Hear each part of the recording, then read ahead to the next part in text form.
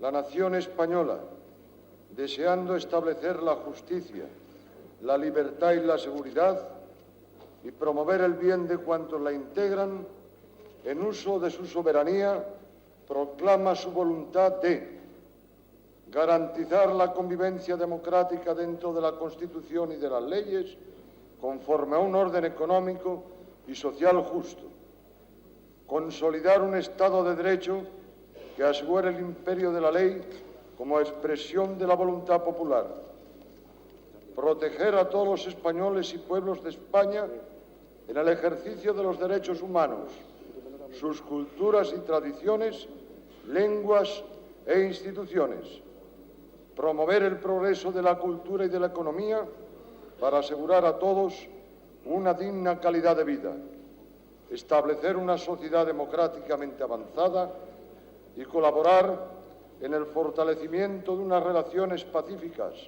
y de eficaz cooperación entre todos los pueblos de la tierra.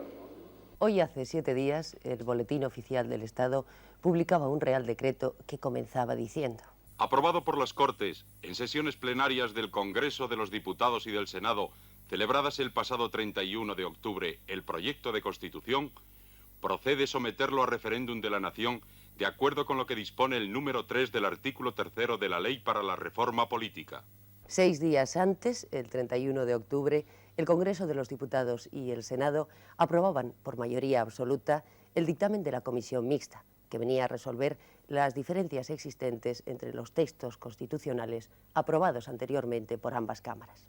Queda aprobado el dictamen de la Comisión Mixta Congreso-Senado sobre el proyecto de la Constitución, que comprende el texto completo de la Constitución.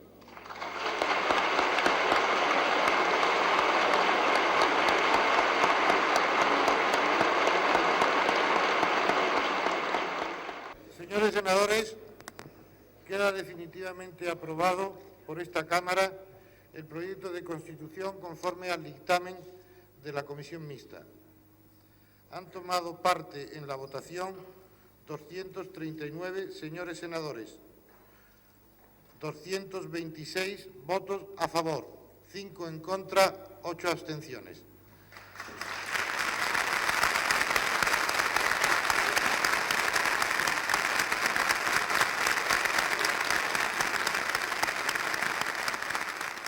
El texto constitucional aprobado era el fruto de 15 largos meses de trabajo en las cámaras y fuera de ellas.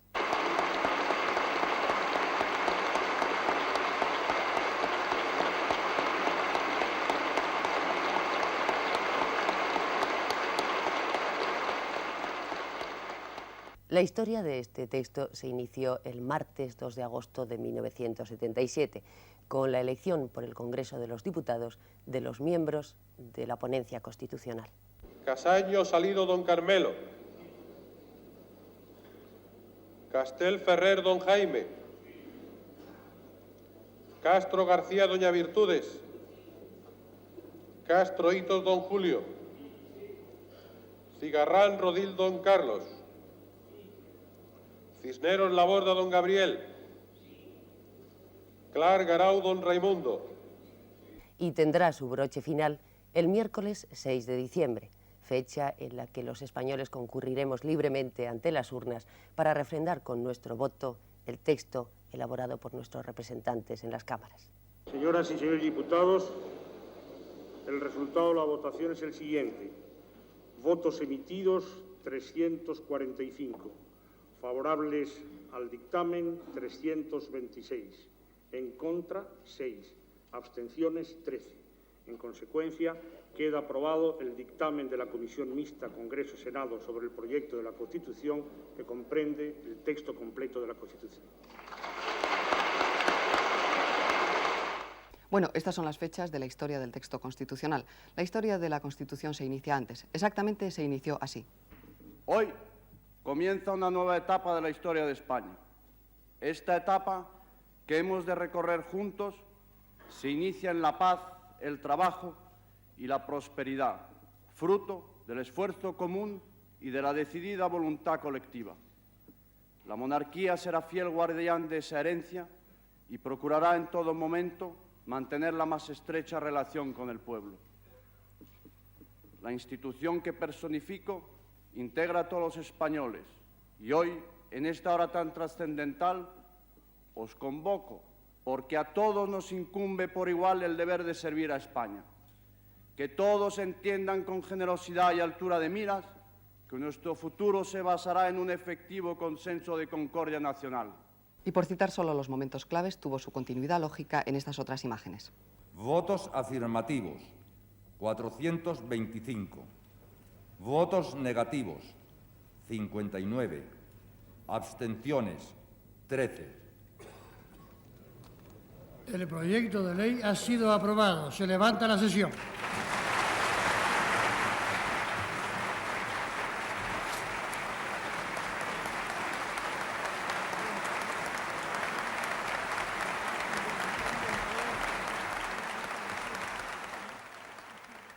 Había sido aprobado el proyecto de ley para la reforma política en el Pleno de las Cortes del 18 de noviembre. Días más tarde, el 15 de diciembre de 1976, el pueblo español votaría a esta ley en un referéndum en el que los votos afirmativos significarían el 94% de los emitidos.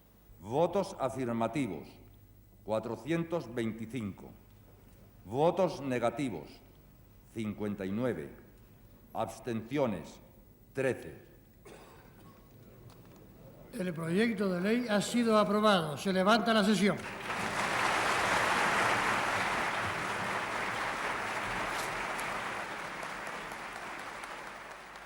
Un nuevo paso adelante tras una intensa campaña política en la que participan todos los partidos políticos existentes en España. El 15 de junio de 1977, los españoles acudimos nuevamente a las urnas. El señor secretario proclamará el resultado dará cuenta del resultado de las votaciones. Total de procuradores que integran la Cámara, 531. Número de procuradores que constituyen la mayoría absoluta, 267. Total de procuradores presentes, 497. Quórum de los 2/3 de los presentes, 330. Votos afirmativos. El 80% de los españoles mayores de 21 años acabábamos de elegir nuestros representantes para el Congreso y para el Senado. Ellos serían los encargados de redactar el texto de la nueva Constitución. Sí, sería bueno hacer una pequeña historia del constitucionalismo en España. Esta es la 8ª Constitución en la historia de nuestro país, desde que en 1812 las Cortes, reunidas en Cádiz, aprobaban la primera Constitución de nuestra historia, una Constitución que establecía un sistema unicameral y que partía de principios claramente liberales. Los restantes años que fechan los textos constitucionales destinados a enmarcar los principios de la convivencia española fueron los de 1837, 1845, 1854, 1868, 1876 y 1931. Pero estamos ya en 1978 y antes de un mes contaremos con una nueva Constitución, una nueva ley de leyes, una carta magna de la futura convivencia española, y la Constitución de la Concordia, como ha sido llamada, se adecuará mejor a las necesidades de nuestro tiempo.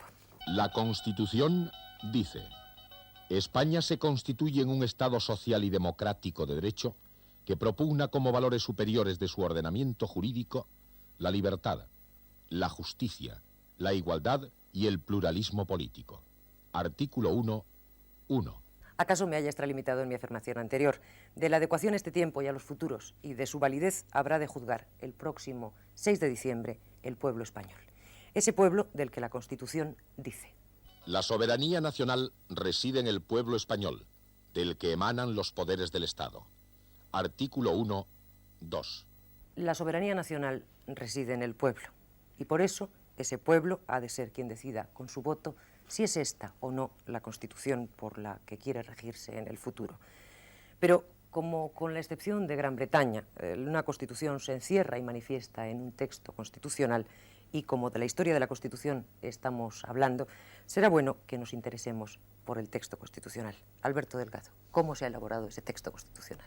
Bueno, se podían haber buscado varias fórmulas. En primer lugar, se podía haber encargado a uno o varios expertos en derecho constitucional que elaborara un proyecto de borrador que sirviera de base a las discusiones en las Cortes sobre el texto constitucional.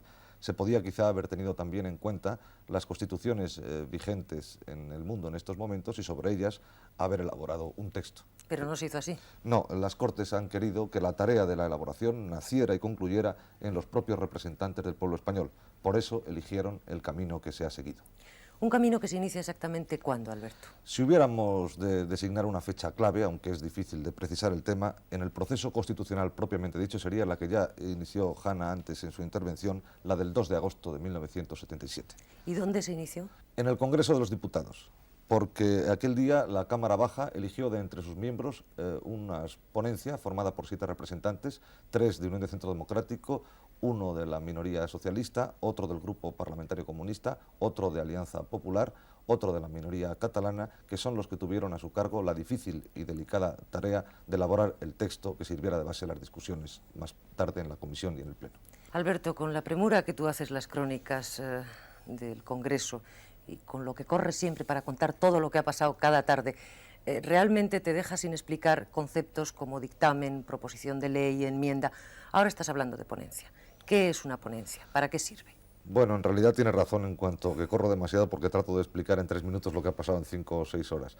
En realidad podríamos decir que el Pleno del Congreso tiene un reflejo, un paralelismo en la Comisión, que es como si dijéramos un pleno reducido en el que se encuentran los miembros de los distintos grupos a pequeña escala.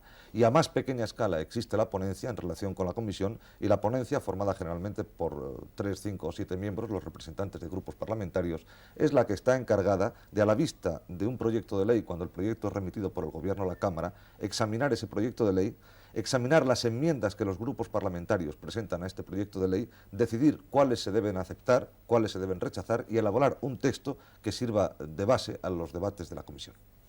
En el caso del tema de la Constitución, el sistema es totalmente distinto porque no había un proyecto remitido por el Gobierno. Se trataba de que la propia ponencia elaborara un texto que sirviera de base a la Comisión. Entonces los ponentes lo que hicieron en este caso es, desde el principio, elaborar un texto artículo por artículo en largas sesiones que sirviera de base luego a los debates. A lo largo de 3 meses y durante largas horas, los 7 ponentes se reúnen para elaborar el primer borrador del texto constitucional. En la disyuntiva de elegir entre una constitución breve y programática u otra extensa que abarque los distintos aspectos de la vida de los españoles, se opta por la segunda opción. Deliberadamente se busca para esta Constitución de 1978 una característica que ha de diferenciarla sustancialmente de todas las anteriores. Si aquellas fueron fruto de la hegemonía de un grupo o partido en el poder, esta ha de nacer por la vía del consenso, de la concordia, del común acuerdo de la mayoría de los representantes libremente elegidos por el pueblo. Pero una constitución elaborada por consenso es, a nivel mundial, una constitución original en el derecho parlamentario. Un ejemplo, si no absolutamente inédito, sí al menos infrecuente. ¿Qué opina usted al respecto? Bien, yo preferiría dejar de lado la expresión de consenso porque no se sabe muy bien qué significa. Dicho esto, es cierto que ha habido, me parece, un esfuerzo real y serio por llegar a una transacción, por evitar que la voluntad de la mayoría se imponga a la de la minoría, sobre todo en aquellos puntos en los cuales la voluntad de la minoría era muy distinta de la mayoría. Se ha intentado, repito, por todos los medios, evitar que las disidencias se resuelvan a golpe de votos. Se puede hablar en consecuencia de una Constitución en buena medida concordada, transaccional, y esto es un hecho seguramente infrecuente, pero no absolutamente inédito, ni en nuestra historia constitucional ni en el derecho constitucional comparado. Yo creo que, por ejemplo, nuestra Constitución de 1837 se hizo un poco así, o bastante así. Nuestra Constitución de 1876, la Constitución de Cánovas, y la que ha tenido más larga vigencia en nuestra historia, también se hizo así, evitando que la voluntad de un partido se impusiese a la de los demás.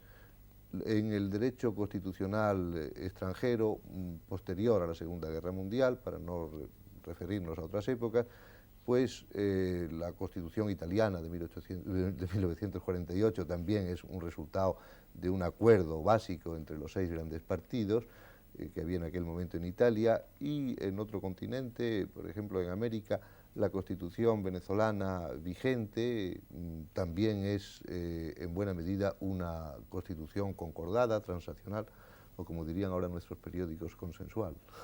Quien nos informa es don Francisco Rubio Llorente, secretario general del Congreso y profesor agregado en Derecho Político en la Universidad Complutense de Madrid. Desde el punto de vista del derecho político, ¿tiene algún significado este concepto de constitución por consenso?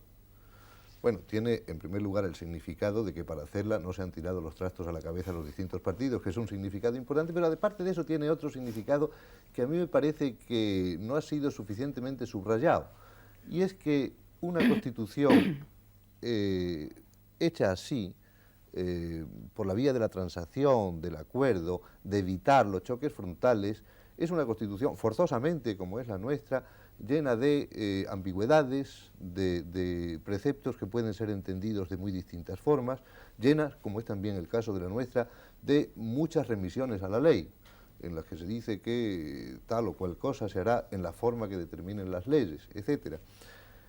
En definitiva, que es una Constitución que para ser realmente operativa, para poderse poner en práctica, requiere que siga existiendo un consenso básico, un acuerdo básico entre los distintos partidos.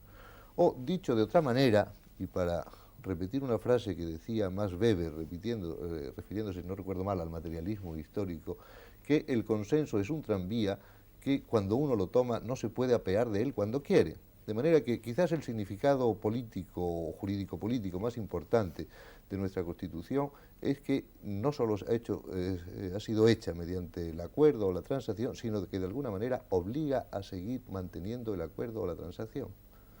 A usted los periodistas le llaman letrado mayor, pero usted prefiere que se le llame secretario general. ¿Cuál es la diferencia entre ambas cosas? Bueno, no es que prefiera, es que realmente la denominación oficial de mi cargo es la de secretario general del Congreso de los Diputados. Realmente en los parlamentos europeos el cargo que yo ocupo, es decir, el de jefe, digamos, de todos los servicios de la Cámara y asesor de la mesa de la Cámara, de la presidencia de la Cámara, este cargo se llama de Secretaría General, de Secretario General. Y yo represento a los letrados de las Cortes desde hace años en la Asociación Internacional de Secretarios Generales de Parlamento.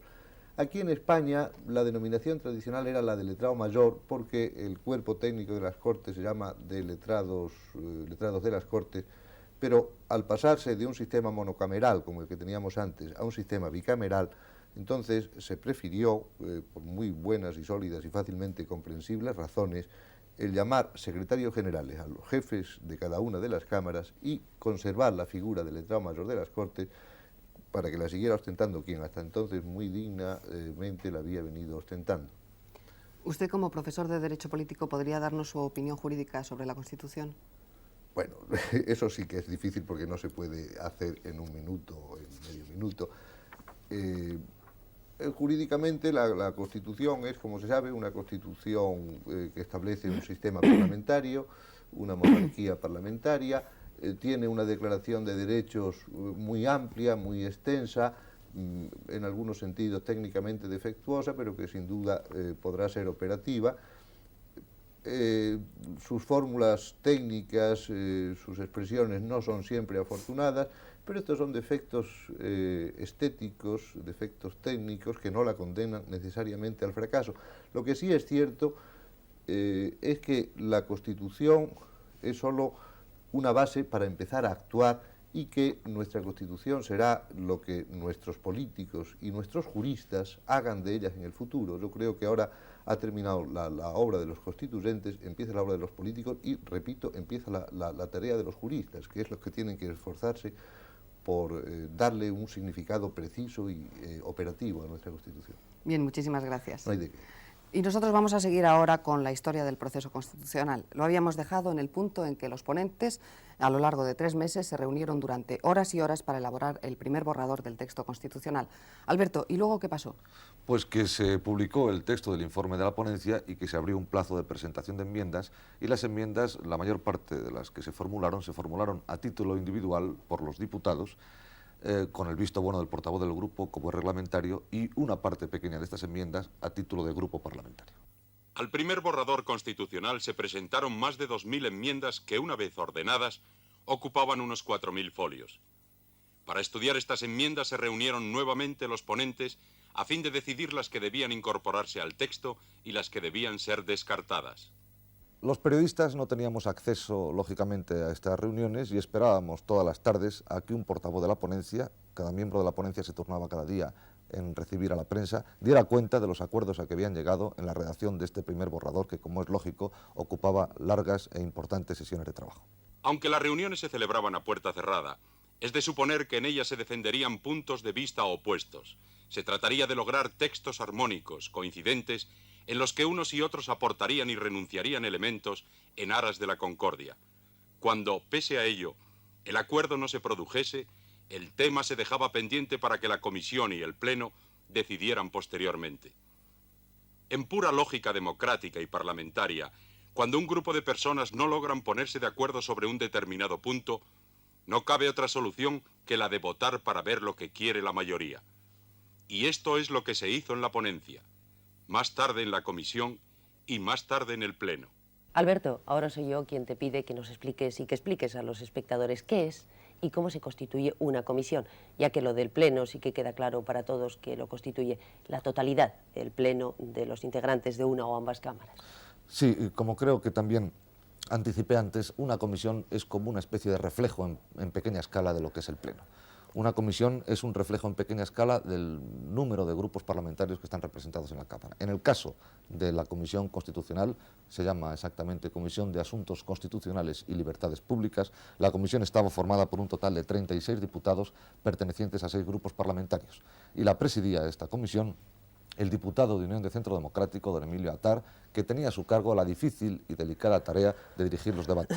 Esto, que a primera vista puede ser sencillo, no lo es. El presidente de la comisión es el encargado de aplicar el reglamento en cada momento, pero surgen continuamente aspectos nuevos que hay que decidir sobre ellos, y el presidente es el encargado de conceder la palabra a un representante de un grupo parlamentario cuando la pide, conceder el derecho de réplica, dar uso de la palabra a un diputado para que defienda una enmienda, dar uso a los turnos de réplica.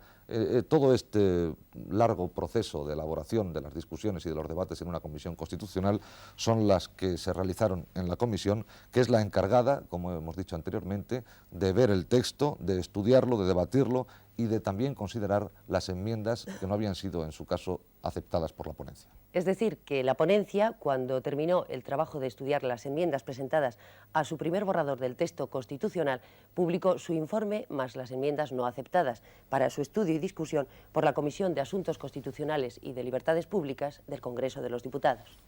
Esta comisión se reunió por vez primera a estos efectos el día 5 de mayo.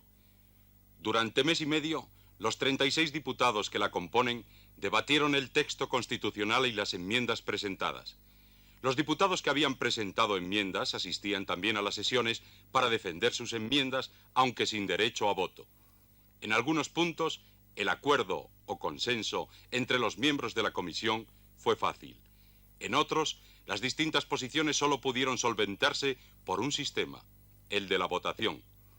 En un determinado momento, y tras una serie de conversaciones entre los representantes de los principales partidos políticos, se llega a un acuerdo fundamental que permite que, en una sola tarde, se aprueben 25 artículos. La Comisión Constitucional termina sus trabajos con la doble satisfacción del deber cumplido y de haber dado un paso de gigante hacia el logro de la Constitución de la Concordia. El siguiente paso habrá de corresponder al Pleno de los Diputados.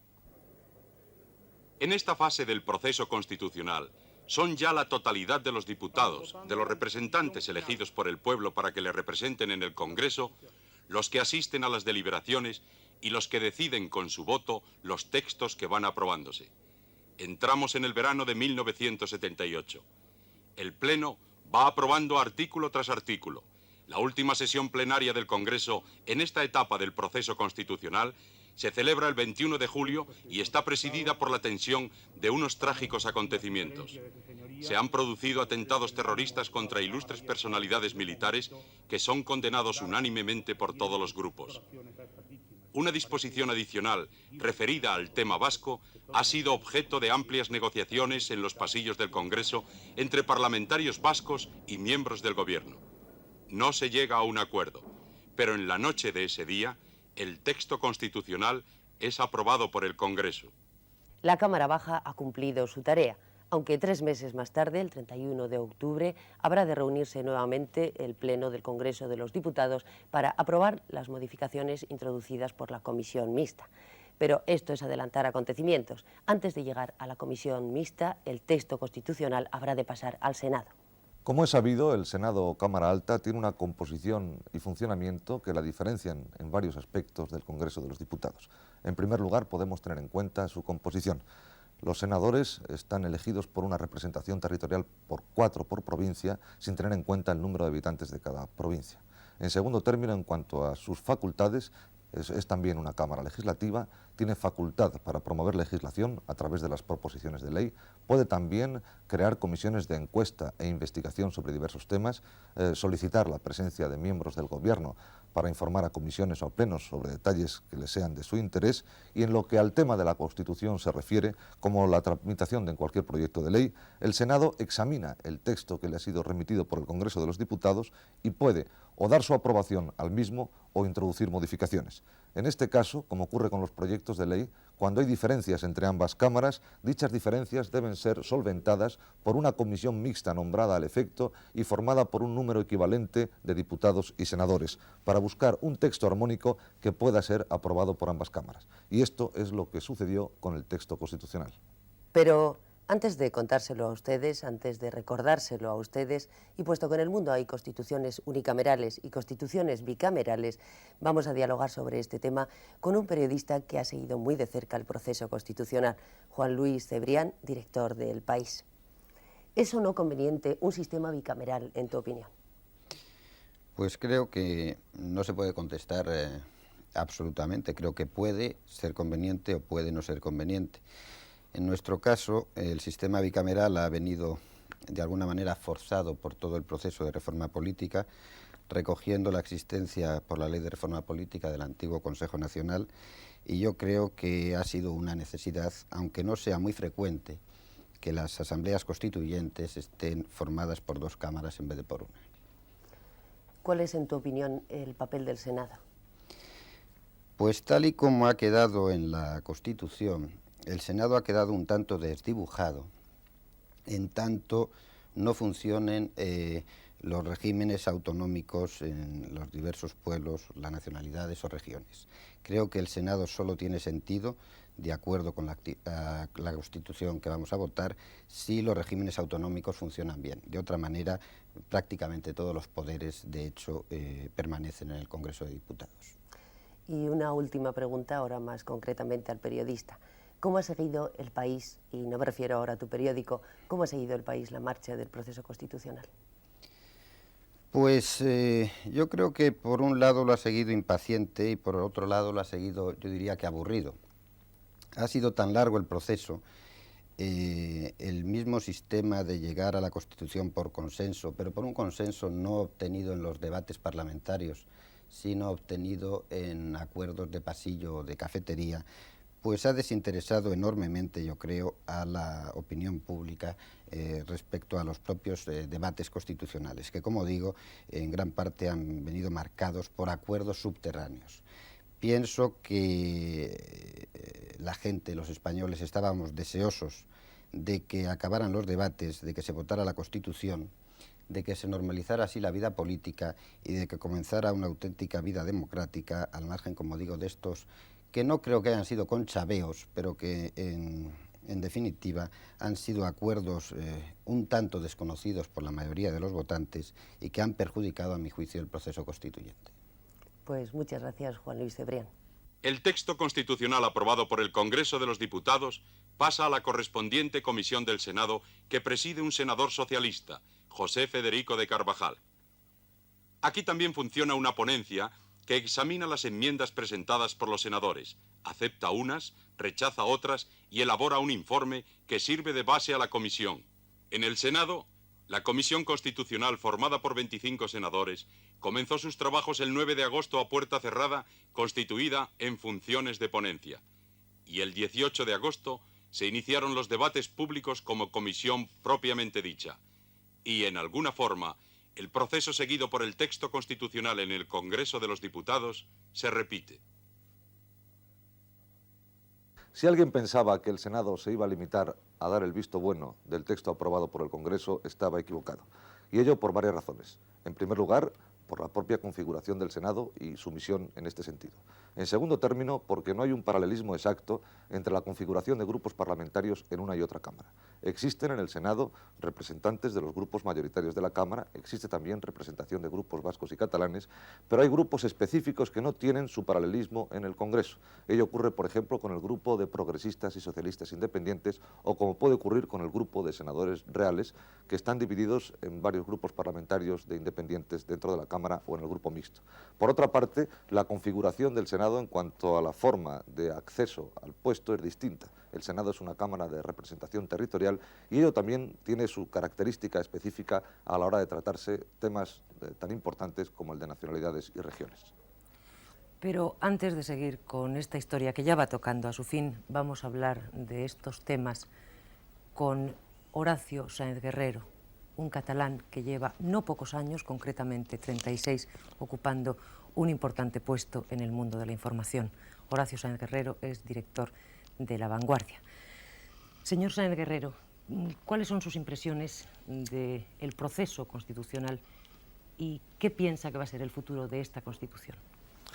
Mire usted, mi encantadora señora, en primer lugar he de hacer una declaración de principio. Si en España solo hablasen quienes conocen las cosas, viviríamos en un silencio lenitivo y sedante que a mí me parece muy recomendable. Por consiguiente, tengo que confesar que yo no soy un constitucionalista y que mis ideas sobre la Constitución son las deducidas del puro trabajo informativo que vive un periódico y, naturalmente, de la preocupación que me despierta una tarea tan importante como la de realizada y quizá todavía más importante la que hay que realizar. A mí me preocupa de la Constitución el reflejo popular que pueda tener.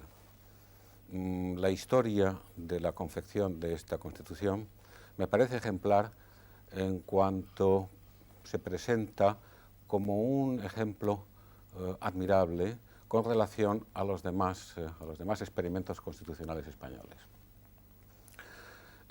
Sin excepción, en todos ellos se confeccionaron constituciones, quizá la que tenemos más cerca, evidentemente, y la que nos recuerda más esta realidad es la del 31, y se alimentaron de finalidades partidistas muy claras que nos llevaron luego al desastre, creo yo, y de ese principio tan español del trágala. En esta Constitución, mediante eso que se ha dado en llamar consenso, se ha conseguido una cierta armonía entre la gran mayoría de los partidos políticos españoles. Eso ha sido extraordinariamente útil, aunque también ha producido pues, una serie de desigualdades y ambigüedades en el texto que habrá luego que corregir con las leyes y los reglamentos. Pero a mí lo que de esta realidad del consenso, útil desde el punto de vista político, yo no sé si el pueblo, si el ciudadano, habrá entendido claramente lo que es y no lo habrá comprendido como unas puras maniobras de conveniencia partidista. Esto es a mí lo que me preocupa un poco. En cuanto al futuro de la Constitución, creo que dependerá en buena medida de la idea que el país, en su generalidad, tenga de la importancia de una Constitución y de lo que representa. En este sentido, yo diría que si se consigue convencer al país de que, además de un marco legal básico indispensable, la Constitución es una suma de derechos, una suma de obligaciones, una suma de limitaciones y, sobre todo, una enorme incitación a la concordia y al trabajo, se habrá conseguido algo muy importante. Y eso es lo que a mí me gustaría que se consiguiese. Señor Sáenz Guerrero, uno de los problemas que se contemplan en la Constitución es el de las autonomías. Cataluña fue la primera en obtener, en tener y conseguir una preautonomía. ¿Qué opina como director de un periódico tan importante como La Vanguardia, catalán, y además usted como catalán, de las autonomías? Mire usted, en primer término, yo desearía decir que, como dicen los ingleses, los hechos son cosas muy tercas. Y en España, no hace mucho tiempo, hemos empezado a aceptar esta verdad, que es inútil volver la espalda a los hechos. No que sea inútil, peor todavía, que es muy nocivo. En el texto constitucional que se va a someter al referéndum, el tema de las autonomías está regulado de una manera mucho más cuidadosa y técnicamente, yo diría casi infinitamente mejor que lo fue en la Constitución del 31. Ahora bien, a mí me gustaría también que se abriesen puertas que en el texto constitucional, no digo yo que estén cerradas, pero que solo han quedado entreabiertas, para que en España se entienda, y repito, la cuestión del entendimiento inteligente de lo que la Constitución significa y contiene, es el tema fundamental, y en el caso de las autonomías también. Si estas puertas se abren, no con generosidad, porque no me gusta la palabra, pero sí con comprensión de una serie de realidades que sería estúpido negar, habremos conseguido una cosa muy importante. Y en este proceso a Cataluña le toca desempeñar un papel considerable. Cataluña, en efecto, no es que ya haya obtenido, es que ha rescatado algo que ya tenía. Se trata ahora de darle una forma constituyente, se ha elaborado ya el borrador de Constitución, el anteproyecto de Constitución, perdón, de Estatuto, y lo discutirán las Cortes, y yo estoy seguro que llegaremos a unas satisfacciones muy lícitas, muy legítimas y muy convenientes, no solo para Cataluña, que ya tenemos un trecho recorrido, el trecho histórico que nos correspondía, en definitiva, sino para todas las demás tierras de España que desean y tienen derecho también a una autonomía. Las fórmulas catalanas a mí me parece que son extremadamente inteligentes, extremadamente moderadas, que reflejan unas verdades que siempre es conveniente no olvidar y que pueden ser muy útiles para la aplicación como patrón a otros casos de otros países españoles, y que con ello todos conseguiremos una tarea fundamental, entre otras, para conseguir el régimen de concordia y de paz que todos deseamos. Del 9 de agosto al 14 de septiembre, sin vacaciones parlamentarias, los senadores de la comisión dan cima al encargo que tienen encomendado. En consecuencia, formulan un dictamen que se eleva al Pleno del Senado pocos días después. En el Palacio de la Plaza de la Marina Española, los debates se suceden como antes en el viejo Palacio de las Cortes. Desde un principio, puede apreciarse que el Senado va a diferir en su dictamen del Congreso de los Diputados. Y cuando, el 5 de octubre, el Pleno del Senado finaliza el estudio del texto, solventar las diferencias queda en manos de la Comisión Mixta. La Comisión Mixta, presidida por don Antonio Hernández Gil, presidente de las Cortes, estaba integrada por los presidentes de ambas cámaras, 4 diputados y 4 senadores elegidos entre sus miembros. La Comisión Mixta se reúne a puerta cerrada en el llamado Salón de Ministros del Palacio de las Cortes, en la carrera de San Jerónimo. Celebra 6 reuniones, en sesiones de mañana y tarde, y en su dictamen, que sería el definitivo, resuelve las diferencias entre los textos aprobados por ambas cámaras, optando en unos casos por el texto aprobado por el Congreso, en otros por el del Senado y en ocasiones, las menos, estableciendo un texto armónico que equilibra las diferentes posturas. El texto de la Constitución había sido concluido. El dictamen de la Comisión Mixta se somete a la aprobación de ambas cámaras el mismo día, 31 de octubre, y casi a la misma hora. Para la aprobación definitiva era necesaria la mayoría absoluta de las cámaras, pero esa mayoría se consiguió con holgura, ya que los votos negativos en el Congreso y en el Senado fueron solamente 11. Ya no queda más que un paso para que la Constitución sea definitivamente aprobada. Un último paso decisivo, que es la decisión del pueblo español en el referéndum el próximo día 6 de diciembre. Pero antes de terminar nuestro programa contamos con la opinión de un prestigioso sociólogo, don Juan Díez Nicolás. ¿Cómo enmarcaría la Constitución en la sociedad española actual?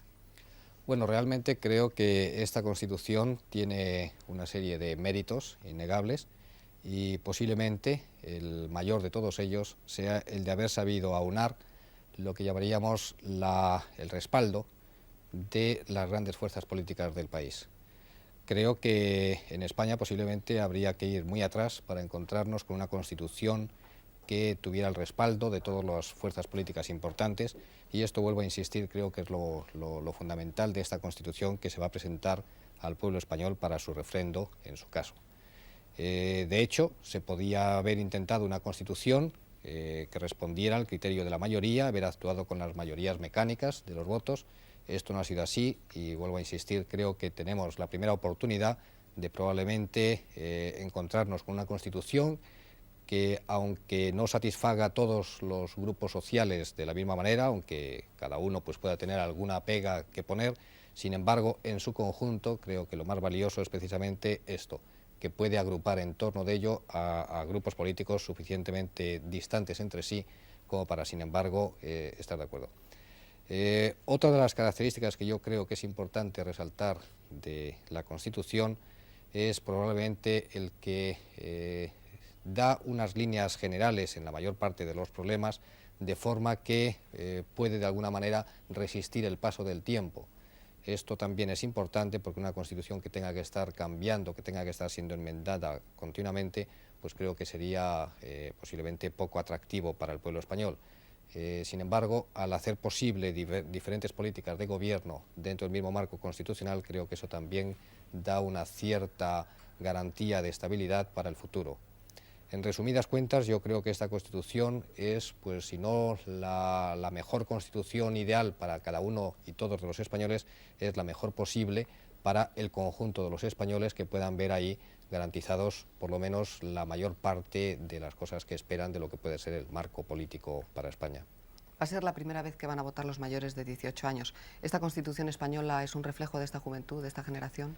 Yo pienso que sí, es decir, creo que evidentemente es un hecho muy importante el que por primera vez los mayores de 18 años vayan a votar. Creo que es un reconocimiento merecido a esta juventud, que en definitiva serán los protagonistas del futuro político en España, y por consiguiente, desde ese punto de vista, pues diría lo mismo que antes, es decir, que la Constitución de alguna manera refleja o intenta reflejar todos esos cambios que se han producido en el mundo occidental y concretamente en nuestra sociedad, y que sin embargo no habían sido recogidos de una manera definitiva en nuestro ordenamiento político constitucional. O sea que el acceso de la juventud, la incorporación de la juventud a esta tarea a mí me parece enormemente importante. Lo que yo espero de esa misma juventud es que, por la misma razón que se les ha pedido su participación, pues que lo demuestren, es decir, que demuestren también que son acreedores a esa confianza que el pueblo español deposita en ellos, en cuanto a ser también portavoces de un sector importante de la población participando en el referéndum. La Constitución aprobada por las cámaras y que será sometida a referéndum popular el próximo 6 de diciembre consta de 169 artículos, 4 disposiciones adicionales, 9 transitorias, 1 derogatoria y 1 final, que señala que la Constitución entrará en vigor el mismo día de la publicación de su texto oficial en el Boletín Oficial del Estado. Se publicará al tiempo que en castellano en las demás lenguas de España. Su historia, la historia de la Constitución, se inició exactamente así. Comienza una nueva etapa de la historia de España. Esta etapa que hemos de recorrer juntos se inicia en la paz, el trabajo y la prosperidad, fruto del esfuerzo común y de la decidida voluntad colectiva. La monarquía será fiel guardián de esa herencia y procurará en todo momento mantener la más estrecha relación con el pueblo. La institución que personifico integra a todos los españoles y hoy, en esta hora tan trascendental, os convoco porque a todos nos incumbe por igual el deber de servir a España. Que todos entiendan con generosidad y altura de miras que nuestro futuro se basará en un efectivo consenso de concordia nacional.